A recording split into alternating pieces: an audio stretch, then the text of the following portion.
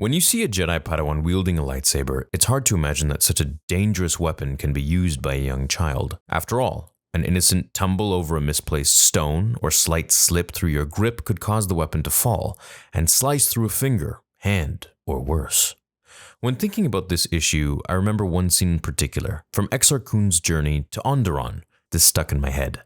While trying to break into a Sith tomb, Exar Kun plunged his lightsaber into the exterior wall, hoping to shatter it with a simple strike. But the recently turned Dark Jedi was shocked to see that the wall still stood, but it was almost entirely unblemished. Little did Kun know at the time, but the Jedi Master who constructed the tomb, the famous Arcanian known as Arca-Jeth, had constructed the building out of Mandalorian iron, perhaps better known as Beskar. Exar Kun thought he might have better luck if he increased the power output on his weapon, so he reached down to his slender hilt and turned it to the max. A few minutes later, his lightsaber had managed to completely melt through the wall, creating a giant hole in the side of the tomb. Published nearly 30 years ago, this is one of the earliest demonstrations of lightsaber power adjusters. If you take a moment to think about them, it makes sense that the Jedi would want to augment their weapon's power output. In Legends, Luke Skywalker famously spoke about the power sources for lightsabers.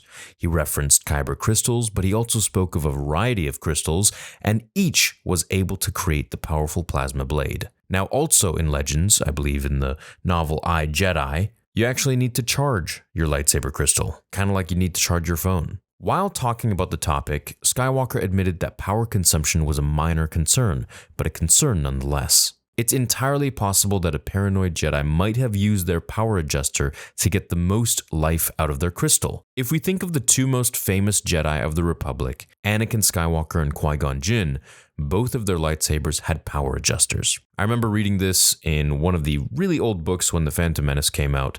I think it was a visual dictionary or something, and it was showing Qui-Gon's lightsaber and how he had actual adjusters for the length of the blade as well as the power of the blade. Now, the earliest lightsabers, the ones inspired by the Force sabers that the ancient Rakata gave to their Force hounds, also had ways to modify their blade's intensity. Practically speaking, it's hard to imagine a scenario when a Jedi would decrease their power output. But you can think of that scenario as well, like sparring or giving it to a youngling, for instance.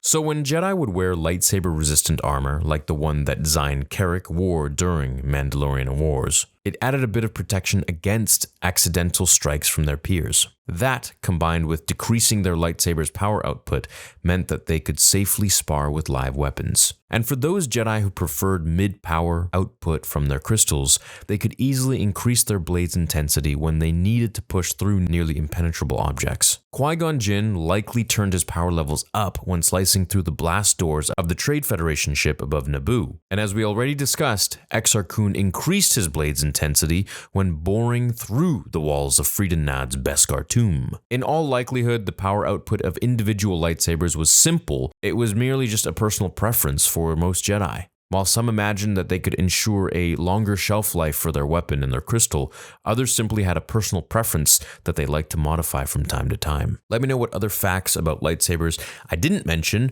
and some that are your favorite. Maybe I can make a video on it. Thanks for watching today's video. Leave a like if you enjoyed it. Check me out on Spotify, and I'll see you all in the next one.